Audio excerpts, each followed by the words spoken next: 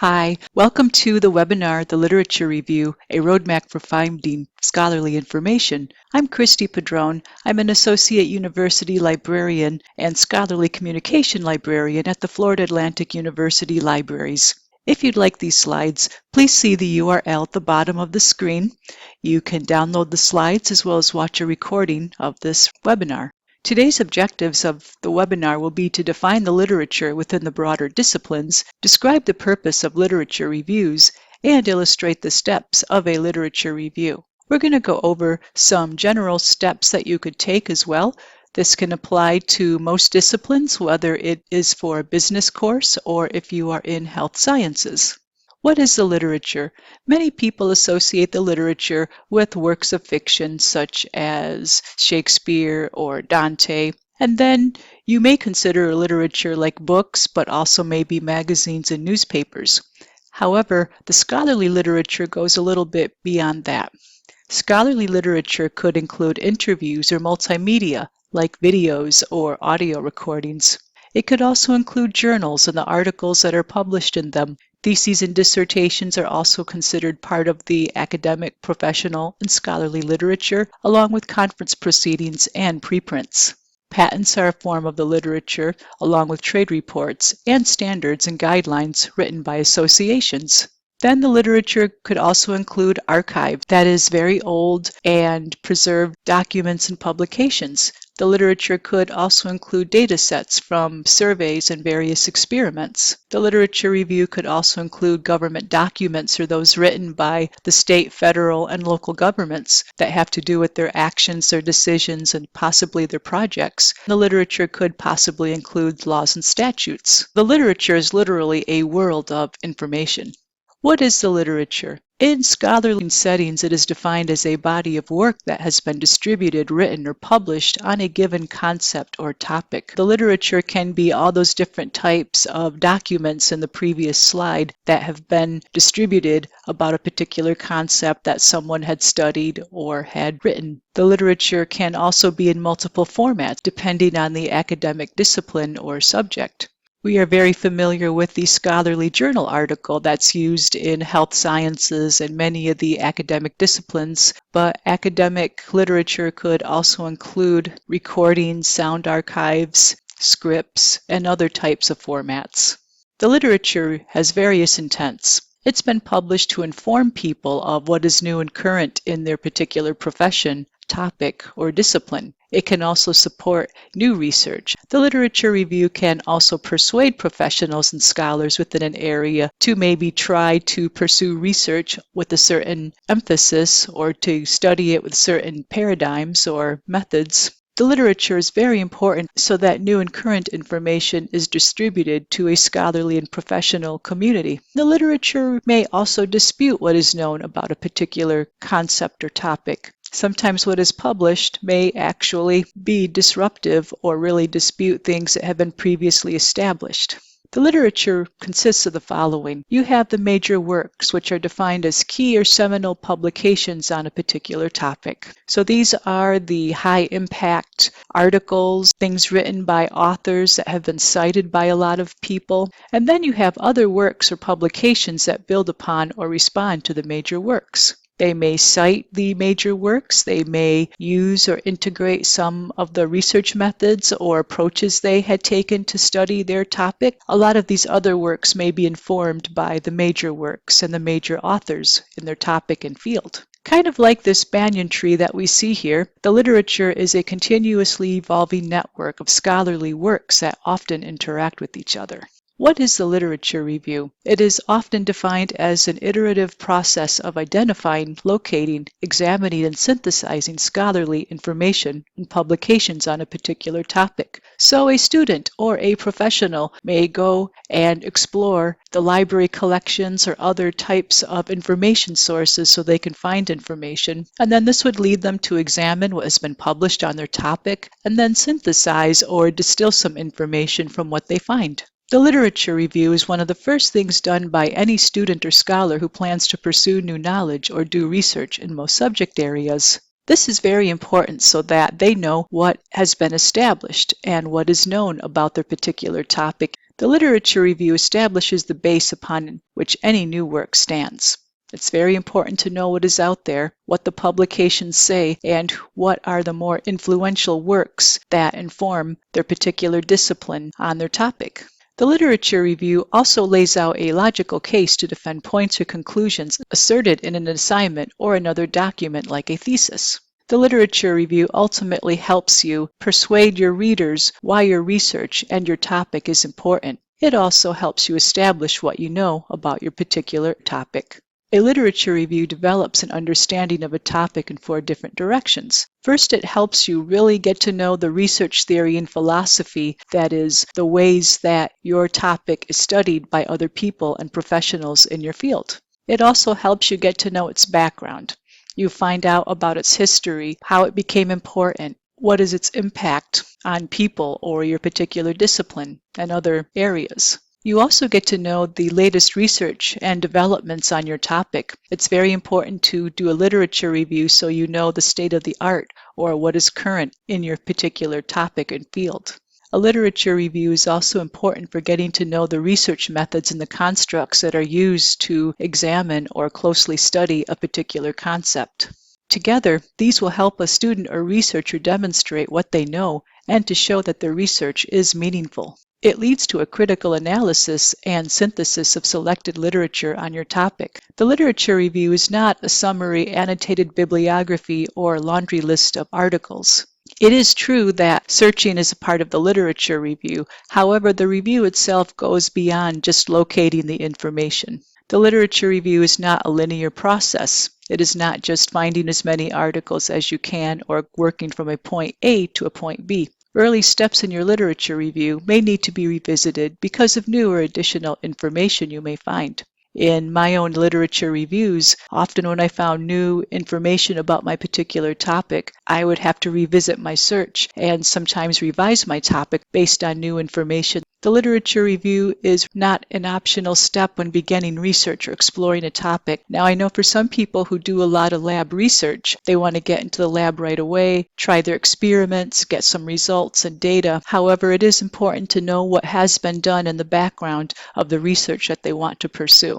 The literature review is frequently used for the following. You may use it for an assignment, and also it's usually going to be a part of theses and dissertations in most disciplines. A literature review is used for background for original research. It can also be used if you want to pursue articles that focus on criticism and interpretation, like for instance, if you are looking at works of literature or revisiting historical events. A literature review may also be necessary for new creations. Like for instance, a chemist who is interested in applying for a patent may need to do a review of patents to make sure an idea similar to his or hers isn't already out there and patented, and that is a form of a literature review. A literature review will often be included in a grant proposal, although a grant proposal application will not have a specific area for the literature. They will ask the applicant to support any proof or evidence they may have that their idea may work in that grant application. Finally, for people who are in fields that utilize evidence-based practice, a literature review is often a part of that.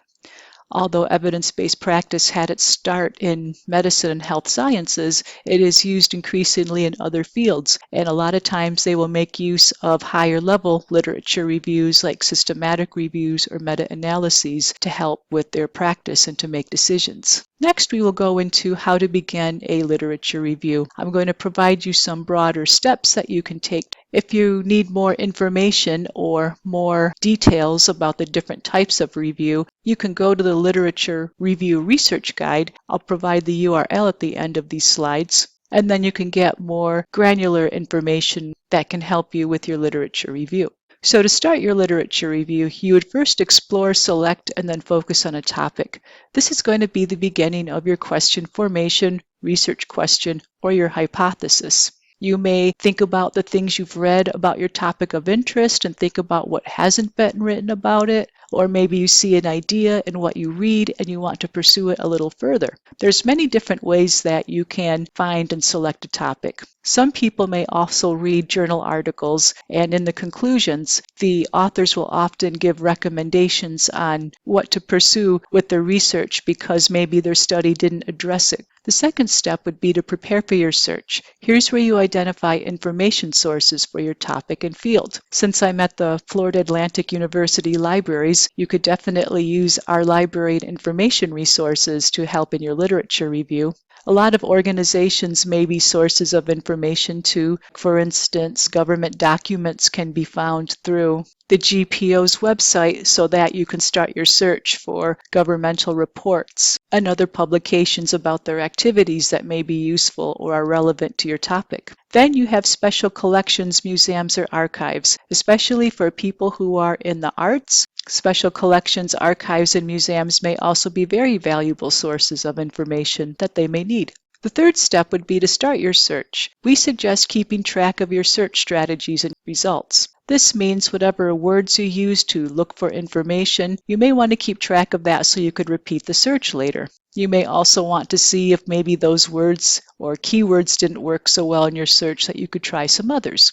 As you start to find articles and other publications, you can also skim, scan, read, or annotate what you find. I'm currently in a master's program, and with the assigned readings that I receive, I will often annotate them. That way, when I have a writing assignment, all I need to do is look back on my annotated articles, and that will help me remember particular points that I think may be useful in my assignments. The fourth step would be to organize your documents, data, and information. We encourage using citation management software like EndNote and Mendeley and others that are out there. These tools can really help you store the information that you find. You could also use these particular tools to cite your sources. When you write a paper or an assignment, these particular software will often have a plugin that will communicate with the word processing software like Google Docs or Microsoft Word and import your citations into your paper, and sometimes will even help you make a references page. Now that goes beyond the scope of this particular webinar, but I wanted to introduce you to that.